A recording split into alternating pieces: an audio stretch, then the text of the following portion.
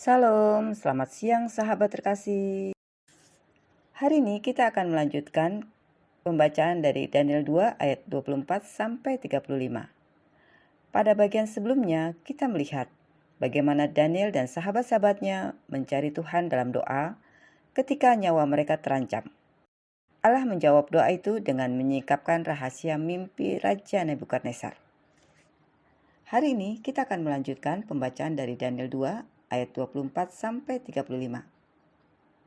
Melalui bagian ini, kita belajar bahwa hikmat sejati berasal dari Allah, bukan dari kemampuan manusia. Mari kita membuka hati untuk mendengarkan firman Tuhan. Mari kita membaca Daniel 2 ayat 24 sampai 25. Sebab itu pergilah Daniel kepada Arioch, yang telah ditugaskan raja untuk melenyapkan orang-orang bijaksana di Babel. Maka pergilah ia beserta berkata kepadanya demikian. Orang-orang bijaksana di Babel itu jangan kau lenyapkan. Bawalah aku menghadap raja. Maka aku akan memberitahukan kepada raja makna itu. Arioch segera membawa Daniel menghadap raja serta berkata kepada raja demikian. Aku telah mendapat seorang dari antara orang-orang buangan dari Yehuda yang dapat memberitahukan makna itu kepada raja. Sahabat terkasih, Daniel segera menemui Arioch, orang yang ditugaskan raja untuk membinasakan para ahli hikmat Babel. Ia berkata, "Jangan binasakan para ahli hikmat Babel. Bawalah aku menghadap raja, maka aku akan memberitahukan kepadanya makna mimpi itu." Arioch pun membawa Daniel menghadap Raja Nebukadnezar. Ini adalah sesuatu yang indah. Daniel tidak datang dengan sikap panik atau mencari keuntungan bagi dirinya sendiri. Dia bahkan memohon agar para ahli hikmat Babel tidak dibunuh.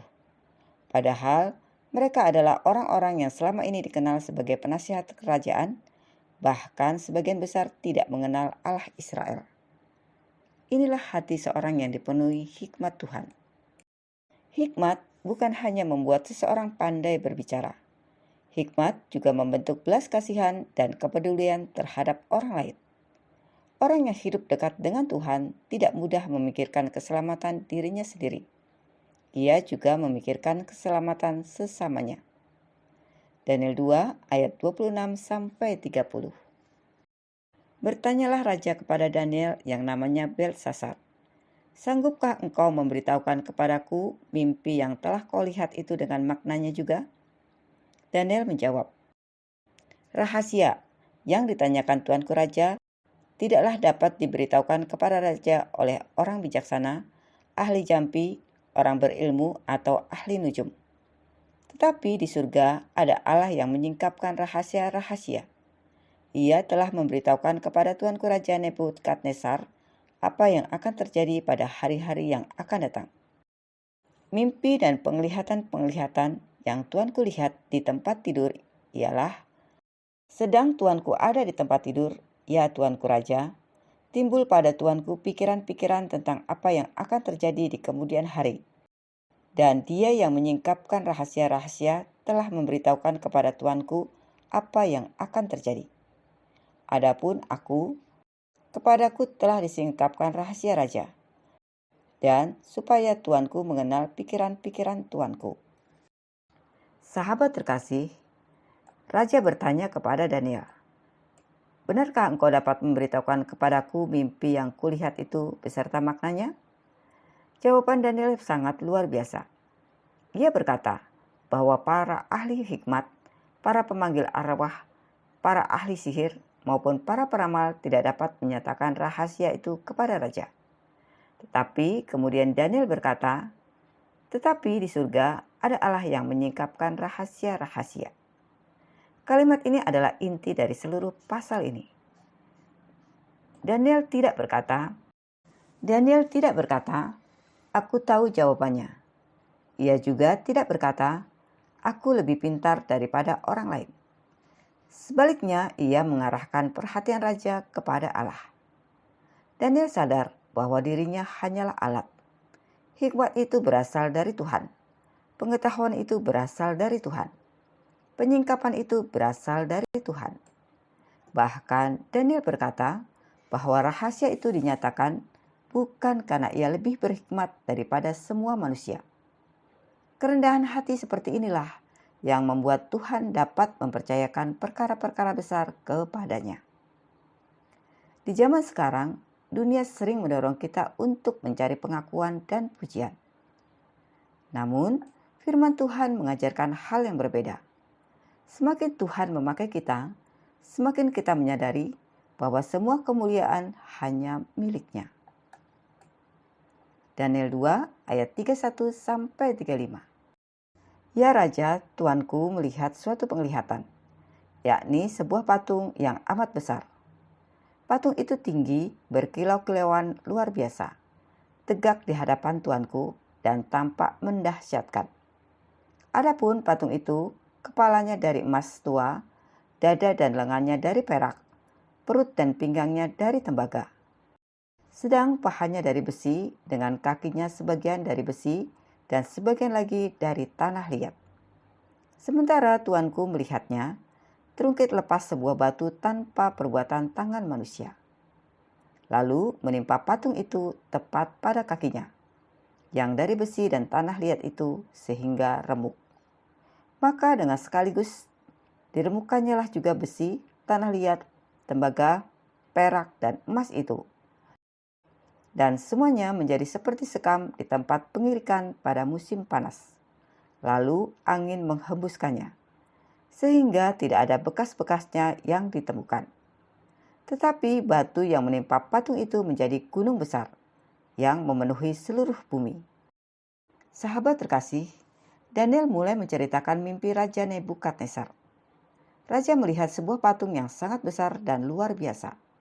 Kepalanya terbuat dari emas murni, dadanya dan lengannya dari perak, perut serta pinggangnya dari tembaga, pahanya dari besi, kakinya sebagian dari besi, dan sebagian lagi dari tanah liat.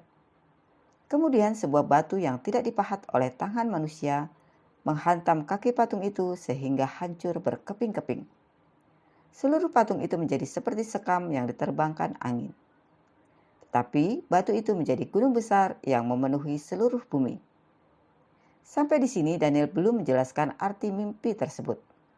Ia baru menceritakan apa yang dilihat oleh raja. Hal ini menunjukkan bahwa Allah mengetahui setiap detail yang bahkan telah dilupakan oleh Nebukadnezar sendiri. Tidak ada sesuatu pun yang tersembunyi di hadapan Tuhan. Ia mengetahui masa lalu. Ia mengetahui masa kini. Ia juga mengetahui masa depan. Semua sejarah dunia ada di dalam kendalinya. Pada pembacaan berikutnya, kita akan melihat penjelasan arti mimpi ini yang menunjukkan bagaimana kerajaan-kerajaan dunia akan datang dan berlalu. Tetapi kerajaan Allah akan tetap berdiri untuk selama-lamanya. Sahabat terkasih, melalui bagian firman Tuhan hari ini, kita belajar 3 hal penting.